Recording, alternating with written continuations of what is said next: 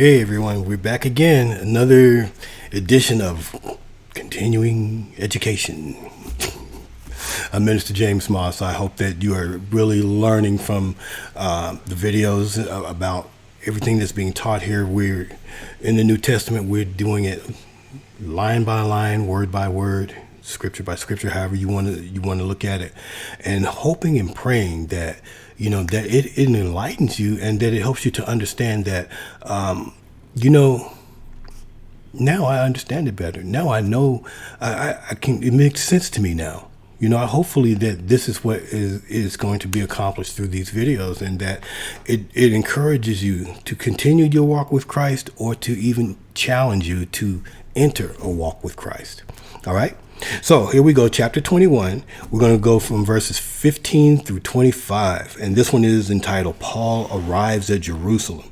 So I'm going to make sure that I don't go past my stopping point, because I do have a tendency to do that if I don't mark it off ahead of time. And then you'll be looking at me like, wait a minute. Okay, you said. All right, got it. Plus, old age might be kicking in a little bit there. So anyway, y'all pray for me. Okay. All right, here we go. At long last, Paul reached his destination, Jerusalem. He was warmly welcomed by the believers there.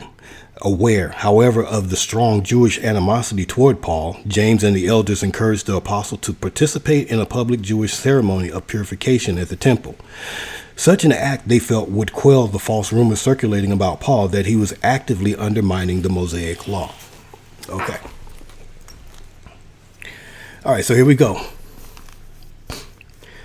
After those days, we took up our carriages and went up to Jerusalem. There went with us also certain of the disciples of Caesarea, and brought with them one Manasseh of Cyprus, an old disciple with whom we should lodge. And when we were come to Jerusalem, the brethren received us gladly. And the day following, Paul went in with us unto James, and all the elders were present. See, this is the way it's written. It's like, and the day following, Paul went in with us unto James, and all the elders were present. But they had no punctuation there to give you a pause. And when he had saluted them, he declared particularly what things God had wrought among the Gentiles by his ministry. And when they heard it, they glorified the Lord, and said unto him, Thou seest, brother, how many thousands of Jews there are which believe, and they are all zealous of the law. And they are informed of thee, that thou teachest all the Jews which are among the Gentiles to forsake Moses, saying that they ought not to circumcise their children, neither to walk after the customs. What is it therefore? The multitude must needs come together, for they will hear that thou art come. Do therefore this that we say to thee. We have 4 men which have a vow on them. Take and purify thyself with them, and be at charges with them, that they may shave their heads, and all may know that those things whereof they were informed concerning thee are nothing, but that thou thyself also walkest orderly and keepest the law. As touching the Gentiles which believe, we have written and concluded that they observe no such thing, save only that they keep themselves from things of offered to idols, and from blood, and from strangled, and from fornication. All right, so they're asking Paul, can you please just let these people know we're on the same side? Okay. All right, verses 15 through 17. The trip from Caesarea to Jerusalem was about 65 miles, a 2-day journey on horseback. The home of Manasseh may have been in Jerusalem, or at some point along the journey there. Manasseh was from Cyprus and was one of the early disciples. He may have been converted during Paul and Barnabas' first missionary journey, or he may have been a convert from even earlier than that, perhaps one of the original Jerusalem disciples from the few weeks following the miraculous Pentecost. Upon their arrival in Jerusalem, Paul and his friends were welcomed cordially, a testimony to the growing reputation of the apostle and gratitude for the generous gift he was bringing from the churches. Paul had not forgotten the charge of the Jerusalem church from years ago to remember the poor. The Jerusalem elders had never thought they would be the beneficiaries of Paul's obedience to their charge, much less had they imagined that the support would come from predominantly Gentile churches. How must that have bonded the Jewish and Gentile segments of the church? Verses 18 and 19. James's brother, Jesus' brother, was the leader of the Jerusalem church. It was not only an influential church, but it also had been a horribly persecuted church. And at this particular time, it faced famine and poverty. This was obviously an important gathering since all the elders were present. They listened to Paul's account of the things God had accomplished among the Gentiles through his ministry. And this was since the stoning of Stephen. Okay. And so the we section ends here and will not appear again until chapter 27, verse 1. It is unclear whether Luke was no longer with them or whether he just changed his literary style. Verses 20 through 22, there were great tensions in Jerusalem during this period. The ancient Jewish historian Josephus described this time period as being filled with political unrest and strong Jewish nationalism. There were several uprisings by Jews against their Roman leaders, all of which had been brutally put down by Felix, the Roman procurator.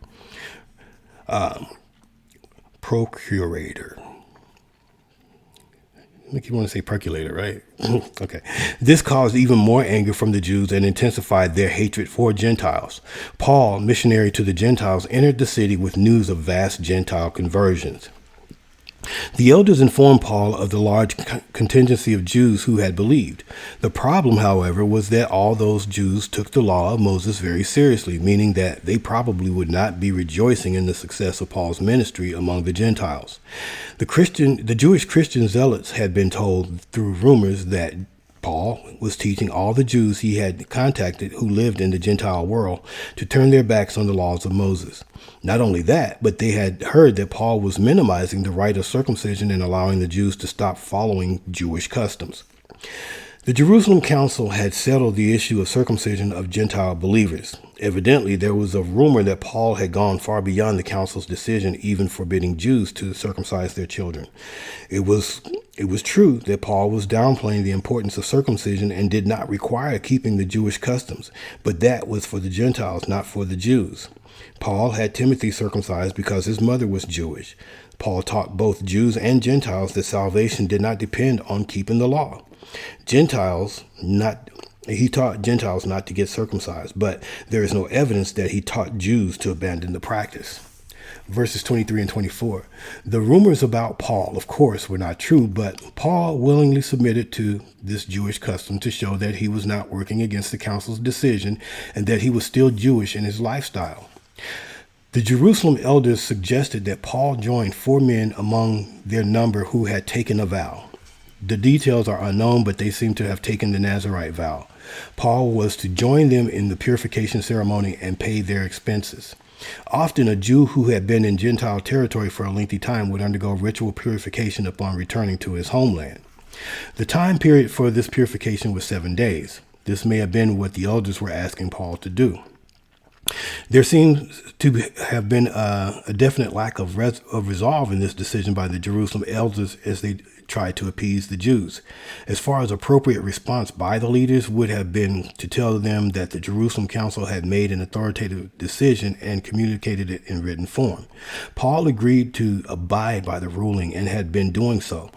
It seems absurd that this hardworking apostle who had just brought to Jerusalem a generous offering from his Gentile ministry should be asked for some of his hard-earned money to placate that group. But when asked, Paul graciously gave the money and went along with the leader's suggestion. Those who think Paul was wrong for going along with this request by the elders forget one of the marks of Paul's ministry. When I am with the Jews, I become one of them so that I can bring them to Christ. When I am with those who follow the Jewish laws, I do the same, even though I am not subject to the law, so that I can bring them to Christ. This was one of those times when it was not worth offending the Jews, so Paul wisely chose to comply. Here, quoting almost word for word, the elders stated the past ruling of the Jerusalem Council. One wonders if any of these individuals had seen a copy of Paul's letter to the Romans or the Galatians. It is not clear who this restatement of the council rulings was for, themselves, Paul, or those among them who may have been wavering. Perhaps this statement is best understood as given to assure Paul that they were not changing the ruling or adding anything to what had been decided years earlier. All right, so we see that sometimes, as long as it doesn't violate God's will, God's law, God's instruction to you, hey, sometimes we just gotta, hey, be able to, like Paul said, if meat offends our brother, then eat it not in their presence. Okay, so these people, these devout Jews, had they were like, he's turning the other Jews against the laws and against the traditions or whatever. And Paul's like, look, this is not even a fight worth having right now, because it's very trivial. I'll go ahead and do whatever is necessary to be done so that we can move forward. And in order for me to meet them on their level, that's fine, because by me meeting them on their level, that gives me an open door to introduce Christ to them. Very wise. All right, until next time, God bless you, God keep you, and thank you so much for your support of this ministry. And like I said, above all things, keep studying. God bless you.